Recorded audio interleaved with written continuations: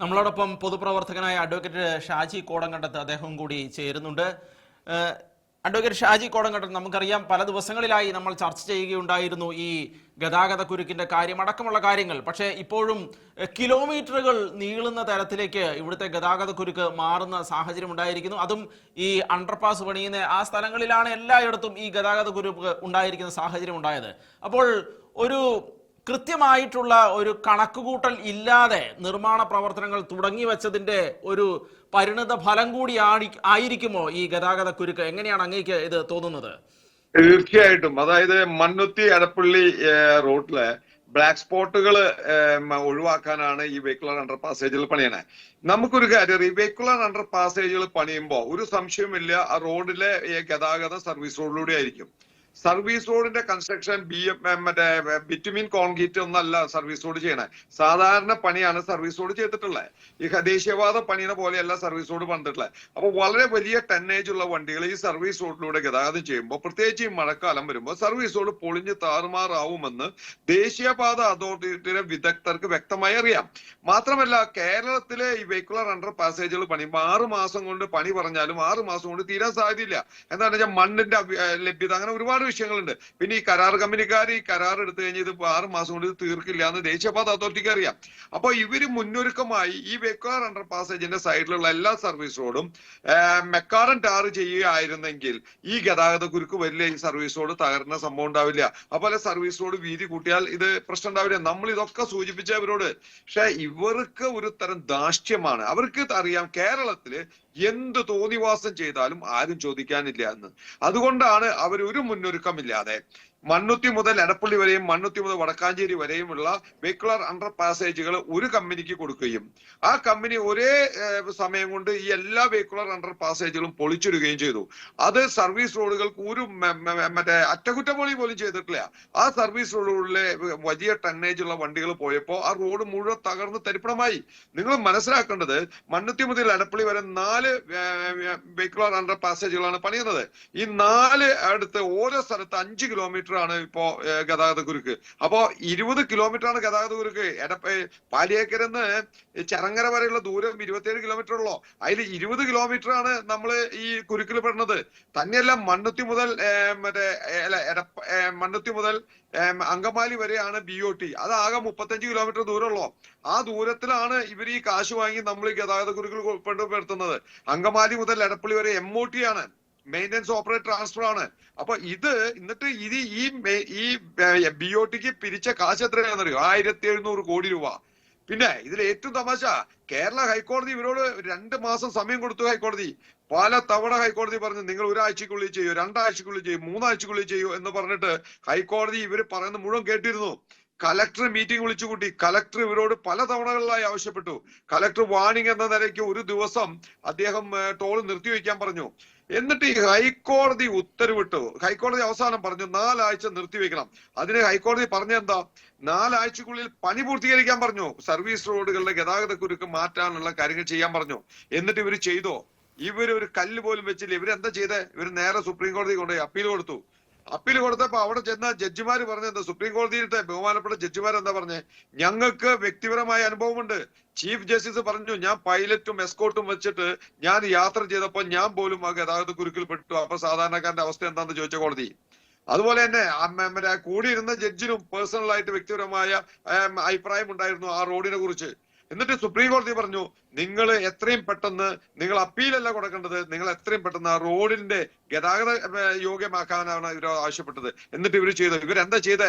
ഇപ്പോൾ എന്താ അവസ്ഥ? കുഞ്ഞിനമ്പാറ അടക്കമുള്ള സ്ഥലത്തെ സിഗ്നലുകൾ കട്ട് ചെയ്തു. ഇവര് ആംബുലൻസ് സർവീസ് നിർത്തിവെച്ചു. വണ്ടികൾ ടോയിങ് ചെയ്യുന്ന കാര്യങ്ങൾ ഒഴിവാക്കി. അങ്ങനെ ജനങ്ങളെ ദ്രോഹിക്കുകയല്ല ഇവർ ചെയ്യുന്നത്. ഇന്നൊക്കെ അതിഭീകരമായ ഗതാഗത കുരുക്കാണ്. ജനങ്ങളെ ബന്ദിയാക്ക ചെയ്തേ. പലർക്കും ഇന്ന് പ്രാഥമിക കാര്യങ്ങൾ ചെയ്യാൻ പോലും പറ്റാത്തൊരവസ്ഥയാണ്. റോഡിലാണ് കിടക്കുന്നത് 4-5 മണിക്കൂറുകളോളം. ഇത് ഇവര് വെല്ലുവിളിക്കല്ലേ? നിയമവ്യവസ്ഥയെ വെല്ലുവിളിക്കുക, കലക്ടറെ വെല്ലുവിളിക്കുക. ഈ ദേശീയപാതക്കാരുടെ ആൾക്കാർക്കും കരാർ കമ്പനിയുടെ വിചാരം ഇവരൊക്കെ ജനാധിപത്യത്തിനും കോടതികൾക്കൊക്കെ മീതിയാണെന്നൊരു ചിന്തയാണ് അവർക്ക്.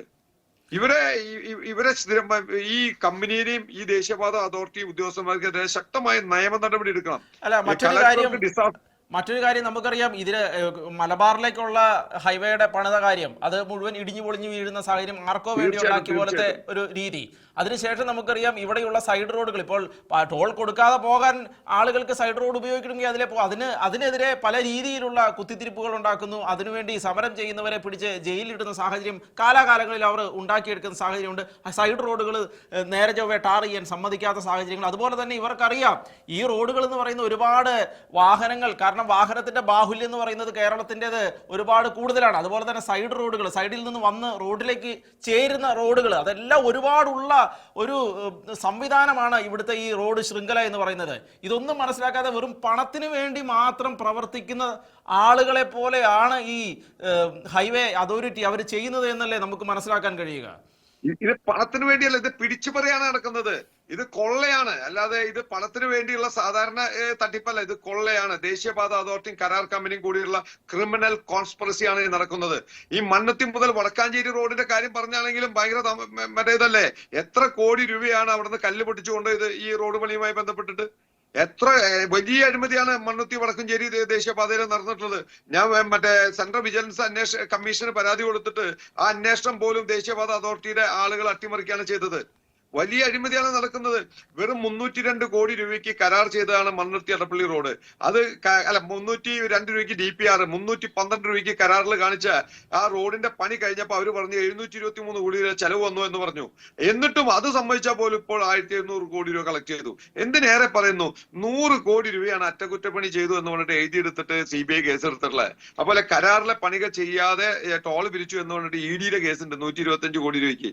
ഇത്രയും അഴിമതി ചെയ്ത ഒരു കമ്പനിയും ദേശീയപാത അതോറിറ്റിയും വേറെ ഉണ്ടാവില്ല.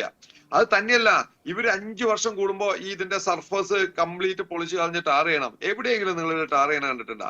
ഇവര് ചെറിയ മറ്റേ കുഴികൾ അടക്കിയല്ലാതെ വേറെ എന്താണ് ചെയ്യുന്നത് ഇവര്? ഇതിന്റെ ഉള്ളിൽ വലിയ തട്ടിപ്പാണ്. ഇത് സമഗ്രമായ അന്വേഷണം വന്ന് കുറ്റക്കാരൻ നിയമത്തിന്റെ മുന്നിൽ കൊണ്ടുവരണം. ഇത് കേരളത്തിനോട് കാണിക്കുന്ന വലിയ ഒരു തോന്നിവാസമാണ്. കേരളത്തിലെ ജനങ്ങളെ വലിയ രീതിയിൽ പുച്ഛഭാവത്തിലാണ് ഇവർ കാണുന്നത്. മറ്റൊരു കാര്യം നമുക്കറിയാം, ഇപ്പോൾ നമ്മുടെ ഇവിടുന്ന് മണ്ണൂത്തി മുതൽ അതുപോലെ തന്നെ വടക്കാഞ്ചേരി വരെയുള്ള വഴികളിൽ ഇവിടെയുള്ള 3 അണ്ടർപാസ് പണിയുന്ന സ്ഥലങ്ങളുണ്ട്. ഈ 3 അണ്ടർപാസ് പണിയുന്ന സ്ഥലങ്ങളിൽ ഏകദേശം 10, 70, 80ഓളം ആളുകൾ മരണപ്പെട്ടതിന് ശേഷം. കാരണം എന്ന് വെച്ചാൽ ഇവർ ഇതിനു മുന്നേ സൈഡ് റോഡുകൾ പല സ്ഥലത്തും സൈഡ് റോഡ് കൃത്യമായിട്ട് ഇല്ലാത്തതിന്റെ പേരിലായിരുന്നു ആളുകൾ അപകടത്തിൽപ്പെടുന്ന സാഹചര്യം ഉണ്ടായത്. സൈഡ് റോഡ് കൃത്യമായി പണിയാതെ ഇത്രയും തുക പിരിച്ചെടുത്തു. അതിനുശേഷം സൈഡ് റോഡ് കൃത്യമായിട്ട് മെയിൻറ്റെയിൻ ചെയ്യാതെ തന്നെ ഈ ഹൈവേ പണിയാനും ആരംഭിച്ചു. ശരിക്കും ഒരു രീതിയിൽ പറഞ്ഞു കഴിഞ്ഞാൽ ക്രിമിനൽ നടപടി അടക്കമുള്ള സ്ഥലങ്ങളിലേക്ക് ഇവരുടെ കാര്യങ്ങൾ കൊണ്ടുചെന്ന് എത്തിക്കേണ്ടതല്ലേ? ഇവർക്കെതിരെ കൃത്യമായി ആക്ഷൻ എടുക്കേണ്ടതല്ലേ? 2022 temporary completion certificate Mannuthy Vadakkanchery റോഡിന് കൊടുക്കണം. 2022 അന്ന് 80% പോലും പണി കഴിഞ്ഞിട്ടില്ല. വളരെ വിചിത്രമായ കാര്യമാണ്. അന്ന് മറ്റേ കെ രാജൻ റവന്യൂ മിനിസ്റ്ററും അന്നത്തെ PWD മിനിസ്റ്ററും അവിടെ വന്നിട്ട് പറഞ്ഞു ഈ പണി പൂർത്തീകരിക്കാതെ ടോൾ പിരിക്കാൻ ഞങ്ങൾ സമ്മതിക്കില്ല സ്റ്റേറ്റ് ഗവൺമെന്റ് പറഞ്ഞു. പക്ഷെ അവര് 2022 മുതൽ ടെമ്പററി കംപ്ലീഷൻ സർട്ടിഫിക്കറ്റ് ടോൾ പിരിവ് തുടങ്ങി. ടോൾ പിരിവ് തുടങ്ങുക തന്നെയല്ല, അതിനുശേഷം പെട്ടെന്ന് അവർ ഹൈക്ക് ചെയ്തു. ഈ ടോളിന്റെ പൈസ കൂട്ടി. അപ്പൊ നമ്മൾ ഹൈക്കോടതിയിൽ നിന്ന് ഓർഡർ വാങ്ങിയിട്ടാണ് ടോളിന്റെ പൈസ കുറച്ചത്. അവിടെ അന്ന് ഈ ടെമ്പററി കംപ്ലീഷൻ റിപ്പോർട്ട് കൊടുക്കുമ്പോ പഞ്ച് ലിസ്റ്റിൽ 42 ഐറ്റത്തിന്റെ പണി കഴിഞ്ഞിട്ടില്ല. അത് 90 ദിവസം കൊണ്ട് പൂർത്തീകരിക്കുന്ന പറഞ്ഞ പഞ്ച് ലിസ്റ്റ് കൊടുത്തത്. അതിലെ പല പണികളും ഇപ്പോഴും കഴിഞ്ഞിട്ടില്ല. സർവീസ് റോഡ് കഴിഞ്ഞിട്ടില്ല, ജംഗ്ഷൻ വികസനം കഴിഞ്ഞിട്ടില്ല. എന്തിനാ അതിനെ പറയുന്നത്? കുതിരാൻ തുരങ്കത്തിന്റെ ഒരു ഉള്ളിലത്തെ വർക്ക് കഴിയാതെ അത് കഴിഞ്ഞിട്ടാണ് ടോൾ പിരിവ് തുടങ്ങിയാണ് 6 മാസം ആ തുരങ്കം അടച്ചിട്ടത്. അന്ന് തുരങ്കത്തിന്റെ ടോൾ കുറച്ചിട്ടില്ല. അവര് അതുപോലെ തന്നെ ലോറിയുടെയും ട്രക്കിന്റെയും പാർക്കിംഗ് ഏരിയകൾ പൂർത്തീകരിച്ചിട്ടില്ല.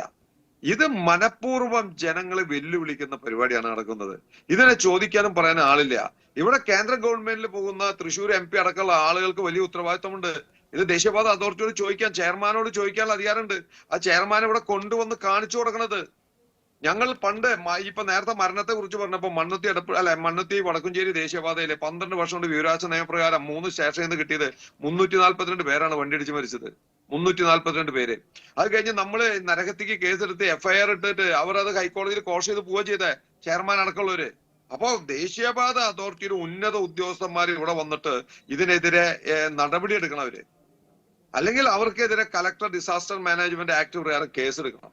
ഇത് വലിയ മനുഷ്യ കുരുതിയാണ് നടക്കുന്നത് ഇവിടെ. എത്രയോ മണിക്കൂറുകളും ഇത് ടാക്സ് അടച്ചിട്ടുള്ള വണ്ടികളാണ്. വലിയ ടാക്സ് അഡ്വാൻസ് ആയി അടച്ചു പോകുന്ന വണ്ടികളാണ്. ആ ആളുകളെയൊക്കെ ബന്ദിയാക്കണ പോലെയല്ലേ ഇത്? മണിക്കൂറുകളോളം ബന്ദിയാക്കാം. വളരെ നന്ദി അങ്ങ് ഞങ്ങളോട് ഈ വിഷയവുമായി ബന്ധപ്പെട്ട് പ്രതികരിച്ചതിന്. എന്താണെങ്കിലും ഈ ഗതാഗതക്കുരുക്ക് അങ്ങനെ തുടരുകയാണ്. തുടർന്നുള്ള ദിവസങ്ങളിലും നമ്മൾ തീർച്ചയായിട്ടും ഇതിനെക്കുറിച്ച് ചർച്ചകൾ നടത്തേണ്ടത് തന്നെയാണ്. എന്താണെങ്കിലും വളരെ നന്ദി ഞങ്ങളോട് പ്രതികരിച്ചതിന് ഈ വിഷയവുമായി ബന്ധപ്പെട്ട്.